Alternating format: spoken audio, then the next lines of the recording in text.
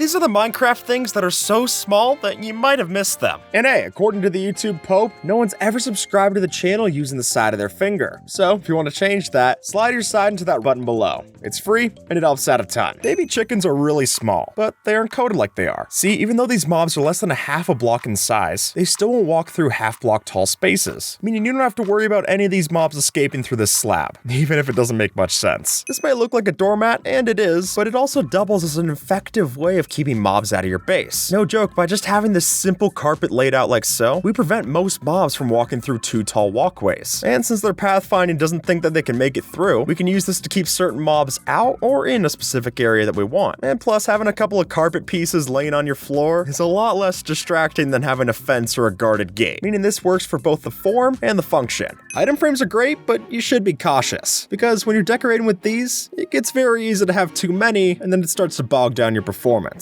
I mean, keep in mind, these are counted as entities within the code, so every item frame that you're placing down to the game, that's basically as if you're placing down a whole bunch of new mobs. And considering how small these are, that's an easy fact to forget. I mean, this small eating area uses 16 item frames alone, so picture how many item frames you're using to line your whole storage system. You get the point. And honestly, I take that as a reason to use these as sparingly as possible, but that might just mean that whenever you do choose to use them, it'll be even more special. If you look closely, you'll notice that the chest that's inside of the chest bow isn't the same chest as the one that's inside of the minecart, but rather the chest texture that shows in the chest bow is 12 by 12 pixels, while the one in the actual block is 14 by 14. But I guess that just goes to show that those 2 extra pixels weren't all that necessary, because I didn't even notice. This fox is too small for its own good, and that becomes immediately apparent when you put it in water. It'll start drowning. And you can notice this when a baby fox tries to hunt a fish.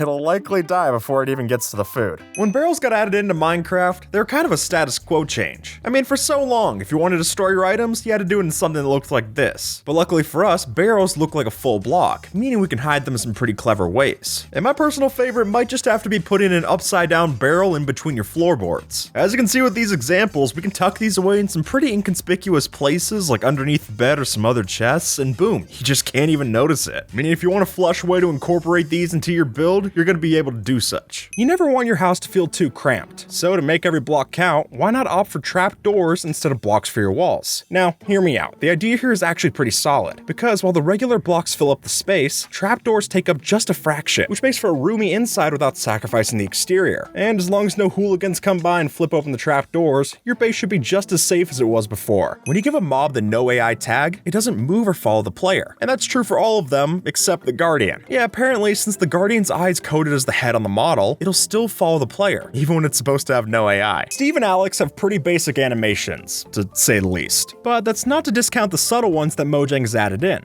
As you'll see, there are now several hand animations for things like placing a boat, feeding pandas, and even breeding animals, which I think is worth noticing just to give props for the subtle changes, because otherwise they'd go underappreciated. Keeping your stuff safe in Minecraft is a key problem, and to help with that, it's usually a good idea to lock down your door in some way. But since an item frame combination or a carrot key are fairly standard by this point, it's worth getting creative. And luckily, the axolotl is our ticket for this. See, much like a rabbit-based detection system, if we hold a bucket of tropical fish within range of the axolotl, it'll move towards the pressure plate and trigger the redstone, allowing us to walk in, and the axolotl will walk back to the water to reset itself. And it's a much friendlier alternative to a pufferfish player detector, that's for sure. Well, there are many different ways in the game to hide a different chest item. As it turns out, if you just add 5 iron to the back of that in a crafting table, then all of a sudden you can make a pretty good hidden minecart chest. This new entity is way easier to push into corners, and you can definitely see that with this bookshelf. From a first glance, it's hard to notice anything, but as soon as we get closer, you'll see a bit of gray popping out, right-click on that, and boom, all of your stuff's safe and clean. Which I think is pretty sweet, even if you only get 1 chest worth of storage here as opposed to the full double. Minecraft has its share of odd collisions, and while we've talked about this in the past with minecarts and such, a stranger example might come in the form of signs. Now, from the front, there doesn't seem to be much of a problem here, especially when you place it on the floor. But if we get a side view of this one placed on the wall, then we can actually see how the sign floats off of the block, which is odd, but at least the other 99% of the time, we can barely even notice this. Even though Minecraft is a sandbox, that doesn't stop the game from having unspoken rules. And if you ask me, some of those are just bizarre. Take this ladder for example. Now if we make a pathland underneath the wall and then place a ladder, you can see it works just fine. Though if we place the ladder above the grass and then try to make it into a path block, block, it's a no-go. And why that order exists, I've got no clue, but at least now we've got the proper arbitrary way to pull this off. What's the difference between this fence gate and this one that we have right here? Well, it's hard to notice, but when you place a fence gate next to a wall, it'll stoop down a little bit lower to match the height of the cobblestone wall. Okay, hear me out. Pufferfish have a lot more going on than you think. Well, sure, most of us might only care about these things for the water-breathing potions we brew. That's not the whole picture. Actually, that's about the only positive they offer up, because the rest of the time, they're a tool for evil. Don't believe me? Well, let's put that small hitbox to use, and I'll show you. By tucking a bunch of these poisonous pests underneath the trapdoor, we're fully capable of making a sneaky floor weapon. So if you want to keep some of those house guests from going out of line, then just throw a couple of these into the floor plan, and the message will be clear. Let's say you're on a Minecraft farm, and while that's going well for you, you actually want to tuck away your prized golden hoe. Completely understandable, but when you're out there in the field, a chest looks pretty obvious. So instead, for any farmhands looking to keep their items safe, you actually might benefit from making a tilled soil trick. 99% of the time that you look at it, this dirt just looks like that, dirt. But as soon as you come through and use your hoe on that soil, then all of a sudden you're able to peek through that one little gap and then actually see your items. All it takes is a few jumps to cover up your tracks, and just like that, your crop cache is hidden away in a safe. When it comes to graphic design, it's always nice to have things line up, which is why this experience bar poses a bit of a problem. You see, in Bedrock Edition, the right side of the bar matches up with the hotbar's side, but the left doesn't. And sure, the game still plays the same whether it's off or not, but programs like Photoshop make lining things up so easy, so there's little reason not to do so. And now that I know it's there, it's gonna be tough to unsee. We've all seen chests by this point, and more accurately, we've seen what it looks like to have way too many chests. So this offers a way to make that chest monster of yours look a lot more presentable. Using the small space left between the chests, we can place item frames inside to make it seem as if they're glued together, which is a subtle fix, but it might be all you need to spruce up your standard storage. And hey, the item frame inside might also be a secret hiding spot, if you ever need that too. Baby zombies are annoying, but they used to be so much worse. Back in 2012, they would just chase you around forever, since no matter if it was day or night, they wouldn't burn in the sunlight. And in fact, that wouldn't be added in until 1.13, which was a lot of updates of having to deal with these ankle biters. And now thankfully they take after their parents and say their goodbyes when it's daytime. Usually, we change the color of beacon beams by using full glass blocks, which does work, but it's too expensive. Or rather, it's gonna look expensive when you compare it to this. See, by using colorful glass panes, you can get the same effect. And considering we get 16 glass panes per 6 glass blocks, that gives us 16 opportunities to change the color of your beacon instead of the 6 that we just had. And plus, you can even hide those stained glass panes inside of the beacon beam, which I'd argue looks even better than the original option, meaning that in more ways than one, this should be the way that you're dyeing your beacons going forward. While there's plenty of different creative things that you can make with soul sand, whether that's a slowness trap or a bubble elevator, this probably has to be my favorite. With a situation like this, if you ride a minecart over this, it actually snaps through the rail with you intact and still goes under the floor. Meaning that if you were to go to say a soul sand valley and set one of these up, all you gotta bring is the rails in your inventory and you're able to get a secret entrance right down to your hidden valuables. Is it weird? Absolutely, but I also think that's going to deter anyone from ever trying it, because really, who would think of this anyway? In recent updates, iron farms have never been easier to build. Since in the past we might have had to spend all the time to place down these doors in a specific way, now an entire iron farm could be kept to this small design. And as Razeworks shows off, we can build this iron farm design in 5 minutes, which that little of a time investment's able to get us 300 to 400 ingots per hour. So unless you start building with iron blocks, there's hardly even a need to go past this rate. It's really a no-brainer to have one of these in your world. As we've talked in the past, Minecraft sprites don't always line up with the game's world, and a long-standing example of that lies with our classic helmets. See, in the iron, gold, and diamond variants, there's no sign of a nose piece in the sprite, but when you put it on, those pixels just appear. And to be clear, I don't think anyone is against the idea of having a nose piece on the helmets, but maybe take a page out of the Netherite's book and update the sprites. And hey, since spectral arrows got fixed, maybe there is some hope. This design is cheap, and it's gonna save you a lot of time, because trying to convert all of your concrete powder by hand is a lengthy process. But with just a simple setup like this, we use barely any redstone and get a fully automatic farm. All we need to do is have an observer facing where we're going to place our concrete powder, and then have that redstone output power a dropper to give us more concrete powder, at which point we can offhand the concrete powder and put the pickaxe to mine in our primary hand. Though if you're going to try this, I want to make 2 notes. One is that the reason we use mangrove planks here is because wood can't be quickly broken by pickaxes, so there's no risk about accidentally breaking your wall when you're getting into an AFK session. And then 2 is that it's actually better to use efficiency 4 for a pickaxe instead of efficiency 5 1.5 in this scenario, because a faster efficiency could desync the observer, and then the system would double trigger. But don't worry, being a little slower here is not going to be an issue, considering that overall, this will save you a bunch of time. When you're killing a bunch of mobs for XP, it's easy to lose focus, which is a shame, because when you take the time to actually get a breather, then you might just notice that these experience orbs have recently changed their look. As of recent versions, these bubbles are now transparent, which doesn't make too much of a difference since we still pick them up the same way, but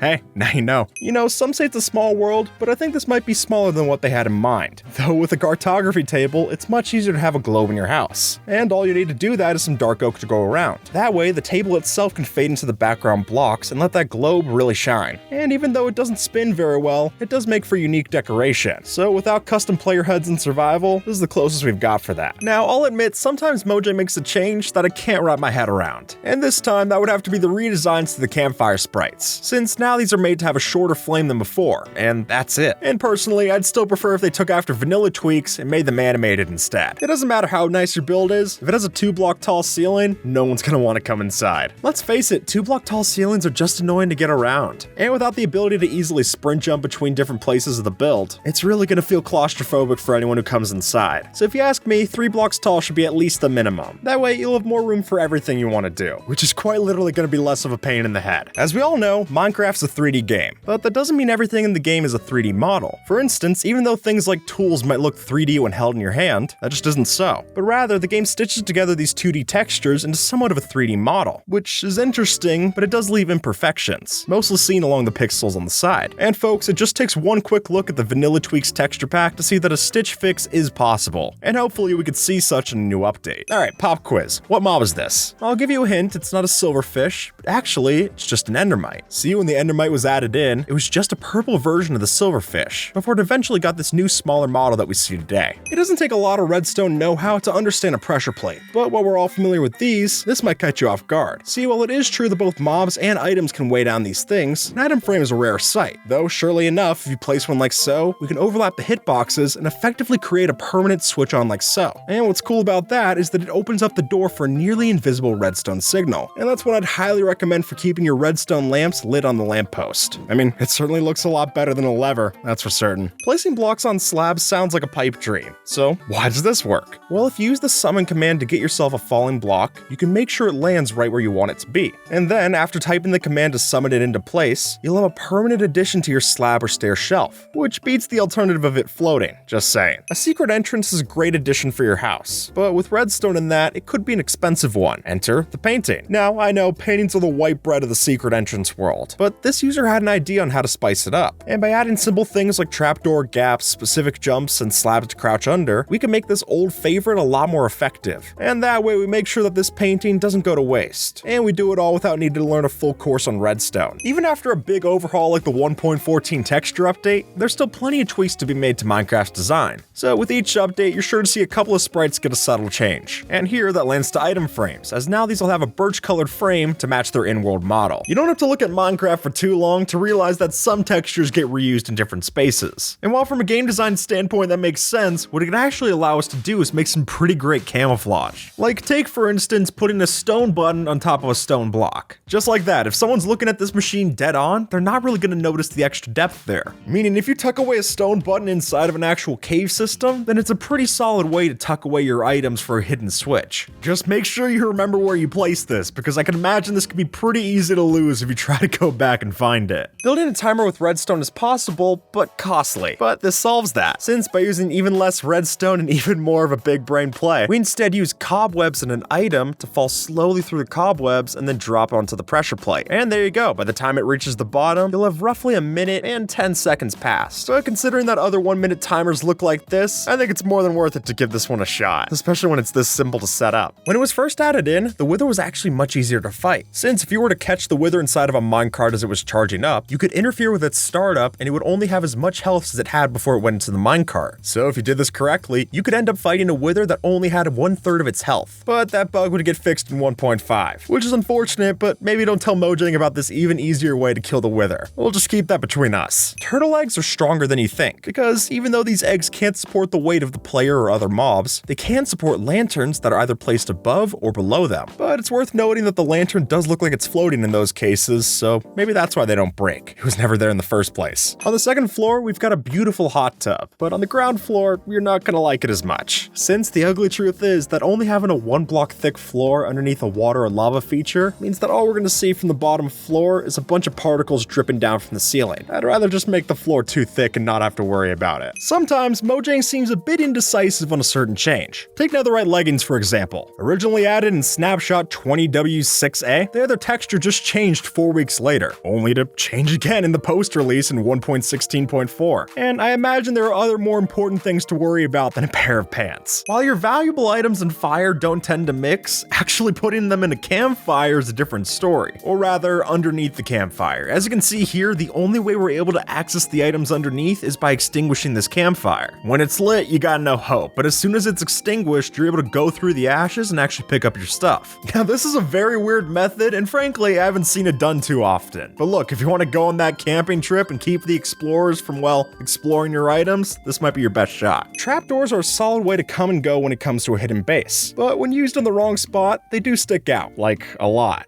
which is why this big Dripleaf might be a better alternative. See, Dripleaf placed like so forces us to crawl when it pops back up, which means it works as an automatic trapdoor of sorts to allow us to enter our secret stash. And hey, since these can be waterlogged as well, they'll look even less noticeable in a local pond, letting us swim to safety without any of the complicated redstone or trapdoor eyesores. Baby zombies are already annoying enough to fight, but that annoyingness gets so much worse when you fight these outside. Since with the incredibly small hitbox, they can sneak in just right into a blade of grass. And now you're hitting the shrubs instead of hitting them. And to make matters worse, they can still hit you, even when they're in the grass. And honestly, I like Simply Sark's solution for this. Let a sword be able to swipe through certain hitboxes like this. I'm not trying to do spring cleaning while I'm trying to save my life. Accidentally crafting something is a bad time that we've all been through, because when you mistakenly craft another chest plate for your friend, that's a lot of value that you just washed down the drain. Now sure, you could smelt it in your furnace for a return, but folks, that's a ripoff in its own way. A full durability iron or gold chest plate, which costs 72 nuggets to craft, reduces down to only 1 in a furnace. And I'm familiar with a margin of error, but that just seems ridiculous. And it's definitely not worth the attempt. Trapdoors are a common decoration block, which lucky for us means that there's plenty of these tiny crawl spaces that we can get into. Like take this house for example. By flipping open some of the spruce trapdoors in the pillars, we can tuck ourselves away from any passerby, even if it's their house. Or if they happen to use trapdoors in their floor design, then even better, you can hide under that too. And even if your friend doesn't have trapdoors in their base, it would look better if they did. So I'm sure if you added some of these in to help them decorate, they'd be appreciative and none the wiser that you're actually using it as a new hiding spot. When you're building, sometimes it can be frustrating when blocks don't behave how you'd expect, which is why it's nice that recent versions have glass panes and iron bars lining up properly with the walls. Before, if you looked at something like this, it's just not what you would want for the structure. So a subtle change, but a treat to the eyes nonetheless. Before the 1.8 update, we were able to use soul sand and other blocks that were slightly smaller than a full block hitbox to make these one-way doorways. Since if you walk through the archway like so, you could exit, but you couldn't come back because you would just be hitting your head on that top block. I mean, I guess you could always break the block, but in theory it was a one-way doorway. Unlike in real life, in Minecraft, you're not safe under the covers. You're quite literally out in the open. But by opening up this trapdoor underneath my bed, that'll give us access to the secret minecart underneath. And then by having that minecart placed on top of an activator rail, we have a quick and easy way to get in and out of our secret base. And this works particularly well, especially because if you have a bed up top, it already looks like you have a base, and I doubt very many people are going to be checking underneath your beds for any kind of monsters. And then when you're ready to leave, use the same minecart and it'll shoot us right up top. When you place a log facing the wrong way, it's usually easy to tell that you messed up. But when you're using the 6-sided wood block, then it's a little bit more difficult. Because with this case, the texture matches on one face, but it doesn't on the other. And that's why when we look close at this building, it starts to look off, considering that some of the wooden blocks that we placed have the wrong orientation. So the next time that you're building out your log cabin, keep in mind that it's not just about the amount of wood that you have, but how you use it. Now, this won't be a surprise, but an exploding creeper is not a welcome sight. Though, when you're at this point and the monster's already primed, how do we deal with it? Well, it might seem pointless, but the solution actually hinges around placing a block between your feet and the creepers, since the way that Minecraft calculates explosion damage is based off a ray cast between the source and the bottom of the player's hitbox. Meaning if we have a block to, well, block the oncoming damage, that will keep us virtually unscathed by the blow. And in my eyes, that's not too shabby for just a measly piece of cobblestone. When you're inside, this elevator feels like it could go on forever. And apparently that's more than true, since what's happening here is that when we press this button, it isn't the floor that's going up through the elevator, but rather the walls that are coming down. Sure enough, as this user shows off, with a little bit of command block trickery and some distinct patterns, we can make it seem as if we're constantly going up this elevator shaft. But when you step outside, it turns out that nothing's actually moving. moving. And while this illusion only really works if you're standing on the inside, it is still pretty cool to watch from the outside as well, almost like a barbershop pole illusion. Keeping your animals in the pen can be a real pain, so to cut back on materials and still keep them in place, try this pattern. Apparently, when you place down fence posts diagonally, it still keeps the animals in. This is because the animals are registered to be 1 block wide, but using them diagonally goes less than that space, which will prevent our animal friends from leaving. But if you build this, just keep in mind, the babies are still able to escape. So if you do this, just make sure to look out for the little rascals. With a minecart, a powered rail, and a pressure plate like so, we can follow this user's design to get the smallest 1-second clock, which is pretty cool considering how simple the redstone is to set up. And while it might make plenty of noise as it clicks back and forth, literally doing it every second, it's hard to argue with how concise this is. And following this common suggestion, you could just tuck this into the background and have a great bit of sound design for your next grandfather clock. In vanilla Minecraft, it's entirely possible to have a candle that's lit on fire even when it's underwater. And with the MBT tags like so, we can summon in that candle. Or if you're in Java, just use a debug stick like so. From the front, this signpost looks fine, but once we move over to the side, then the physics start to get a bit wonky. Unfortunately, the game's coded in such a way where item frames will float a little bit off of certain blocks, those being fences, glass panes, and even chests if you look from the right angle. So if you ask me, it's worth building around this fact and considering ways that you can place these items so that there isn't an annoying gap that breaks the illusion. Or at the very least, just make sure that no one can walk over to the sides to see your problem. Okay, let's play a game of Spot the Difference. Looking at these two comparators, one 1.17 and the other 1.18, which is the recent version. Well, zoomed out like this, it's hard to tell, but with a closer look, now we can see that the powered comparator in 1.18 got some red pixels added to the texture. Because Minecraft textures are 16 by 16, that no doubt means that you're gonna get some textures that are just off center. Take a look at the command block for instance. You got one less pixel on this side of the button deck than you do on this side, which can be mildly infuriating if you stare at it for too long. Oh, not to mention that some blocks like bricks have top textures that don't align well with their sides, making this whole thing a logical mess. Beds are a staple of the game, and they won't be going away anytime soon, though a little variety would be nice. So what about a sleeping bag? Well, we can pull this off by solely placing slabs around the rim of the bed, which is super easy and it doesn't require a lot of material. And while I'm not saying that this is going to work out if you place it in a castle, it might fit in for a temporary base in the mines. But for any Bedrock players, beware, because you might not be able to respawn on top of the bed like we can in Java. Using blocks like stairs in your paths can be a great tool to use, but when you start to mix in bottom slabs as well, that's where the issue starts to arise, since anyone that's trying to walk over these is just going to be stopped by this annoying slump that happens in your block. So even though you're able to walk up this seamlessly, it's still not the greatest feeling to have to bob up and down while you're going over your path. So to help those weary travelers feel a little bit more steady, it's better to get the same kind of depth by using cobblestone stairs instead of a cobblestone slab. By this point, we're all familiar with the trick to turn your animals upside down by using a Dinnerbone name tag, but in this update that's been tweaked a bit. And now when you feed your flipped over friends, they'll look up at the food instead of down like they used to, though the sheep still don't work. The ability to glaze terracotta opens up a bunch of new patterns to use in your builds, and while some of those are fun, others can be a headache. For an example, if we look at the light gray glazed terracotta block like this, it seems fine, but when you align it like so, the middle design doesn't line up across the blocks, which shuts down some really interesting floor patterns before they could even get off the ground. And maybe there is someday we'll see these centerpieces line up with one another, but until then, I'd rather just use a different block. You know this feeling all too well. You're searching in the caves,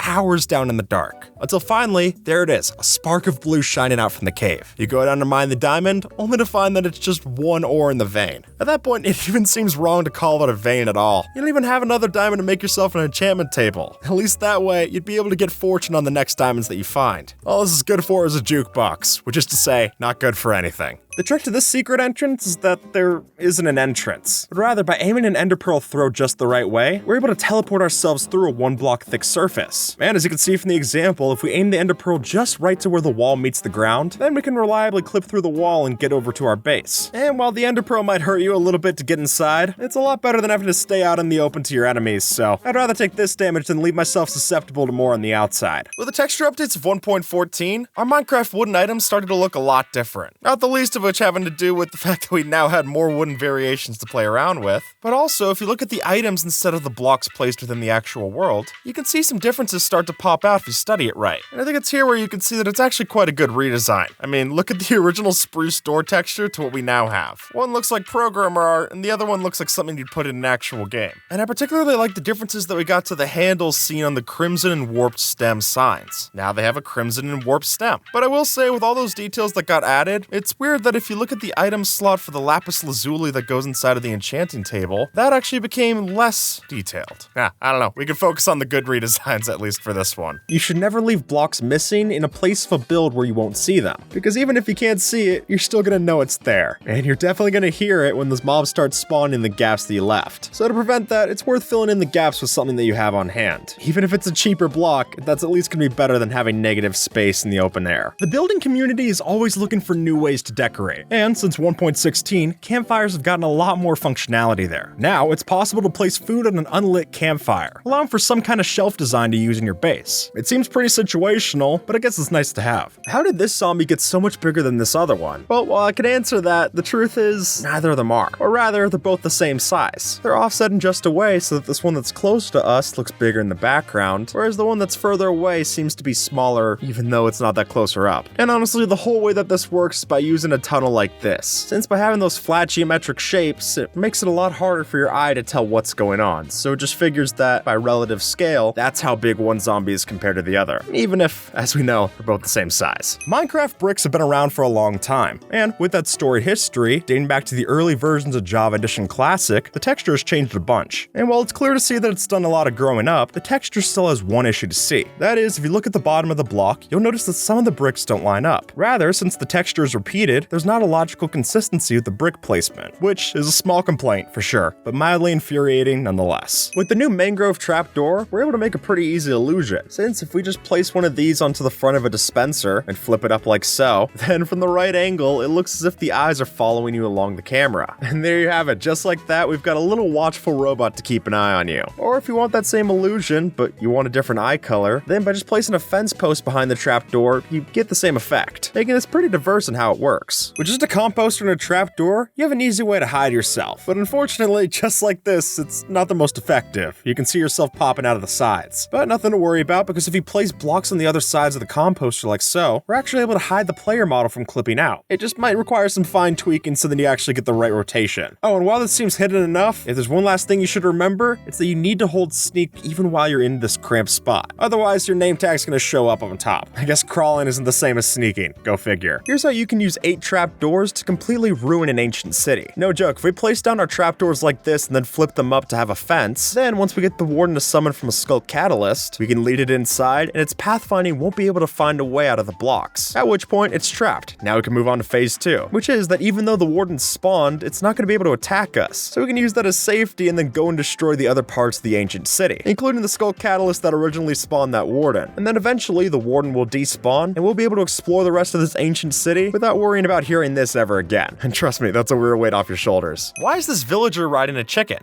Well, if the baby zombie that happens to be on a chicken jockey is a zombie villager, then when you cure it, it'll become a villager again, but it won't leave the chickens back. Meaning that if you cure this diamond armor zombie villager chicken jockey, you'll have the true rarest mob in Minecraft. But even then, you still won't be able to take it to the nether, since spider jockeys nor chicken jockeys are able to go through the portal. Picture this. It's the start of a new world, we're raiding a village with a friend, they go to kill the iron golem for some early ingots, but as they build 3 blocks tall to escape, we accidentally place a brick right here so that the golem can hit them. They suffer the consequences, and now we can grab the iron instead. Let's be honest, no one likes waiting for crops to grow, and sometimes that waiting game can feel like forever. But in this case, it's actually true. See, while our friend wasn't looking, we snuck in and placed string tripwire along the top of their bamboo and sugarcane, which when standing back here is an almost imperceptible change, but it means that the crops cannot grow past that point. Meaning if you do this inside the mechanics of a redstone farm, they'll be totally confused as to why it stopped working. This path looks great, but none of my friends want to walk on it, because when you use pressure plates as the decorations on a path, all anyone's gonna remember is the clicking noise every time that they walk over it. And frankly, the only reason I could think to do one of these is so that you can sneak a trap into your path. Other than that, it's just gonna put everyone on edge, and that's not exactly what I think of when I'm talking about a leisurely stroll. Here we've set up a beautiful table, and we've even got a couple of plates on top for food. food. But that's all gonna become an issue as soon as someone or something steps on top. Since if we make the mistake to accidentally place buttons or pressure plates next to our trapdoors, then all it'll take is another player or entity to press that button and the whole illusion's gonna break. So while each of these can make for great decoration blocks by themselves, it's when you start to mix them together that you become more of a mumbo jumbo instead of agreeing. This is the deadliest entity in Minecraft, but not by itself. But rather, if you were to get more than 24 of these put into the same spot, then our friend's gonna have to deal with something called entity cramming, which is when the game thinks there's a certain number of mobs in the same spot. To avoid overloading on lag, they'll quickly start applying steady damage to the player. And by placing a honey block near the bottom, we make it even harder for them to escape once they fall in. But hey, at least they won't die alone. As it turns out, texture packs aren't the only place you can add animated textures to Minecraft. As you can see right here, if we split this map up into 4 quadrants and then play a simple 4-frame animation, then all we gotta do is rotate it, and there you go, it's animated. Sure, it's very silly, and it's probably not the most practical form of animation, but personally this takes me back to messing around with flipbooks as a kid. And when you see some of the examples that you can do when playing around with this, it's definitely worth a shot if you got the time. And if you don't want to spend the time slaving away at animation, I guess you could just make a 4-panel comic. Before tall grass made it into Minecraft, we had something called wild grass, which was a mod that added on an extra layer of grass on top of our regular grass to create a kind of pseudo tall grass. Though when we eventually did get tall grass into Minecraft, it was still significantly taller than the wild grass mod, which I guess is why it's not called tall wild grass, huh? Before we got the update Aquatic in 1.13, the ocean biome looked extremely dark. And in fact, even if you placed glowstone down there, that would only light up about 5 blocks around it. But nowadays, we've got things like sea lanterns and coral reefs to finally light up the abyss, which is nice, but that update also added in the drowned mobs, so you get what you get, I guess. The carpets in Minecraft leave a lot to be desired. I mean, when you look at them, they're all one single color. It can kind of get old quick. So if you're trying to find a better rug for your house, then actually putting together maps and item frames is a pretty cool thing to walk on. For one, it gives you a lot more of a design to work with, especially since with this, you can add so many minute details that are just not possible with the standard variant. But really, what we're going for here is the illusion. If you ask me, it sells it pretty well. And it'll definitely impress some of your guests when they walk through and see that brand new welcome mat right on the floor for them. Did you know Mojang made it so creepers can't explode at all? It's really no joke. We're just gonna have to go up to the build limit to test it out. Since in current versions of the game, if you were to get a creeper or an exploding TNT block up at Y level 320, then at that build height, they're not able to destroy any blocks. And the reason for that is that when the game checks to see if the block has the right resistance, it just returns null. After all, you're not supposed to be able to place blocks up here, so why should it explode? And that means all explosion spread is nullified as well. If your friend uses any cobblestone in their paths, then this is the perfect way to make them lose their sanity. You see, by setting up a cobblestone generator with pistons right underneath one cobblestone block, then after every so interval, it'll pop up a new cobblestone block out of the floor, meaning they'll walk by, get confused, and break it, only to find the same block is back the next morning. And since most of the time they'll just break the top block and not look beneath, this prank is great for causing long-term stress to your poor pal. And with that, folks, YouTube thinks that you might like this video, so see if they're right and have a good one, alright?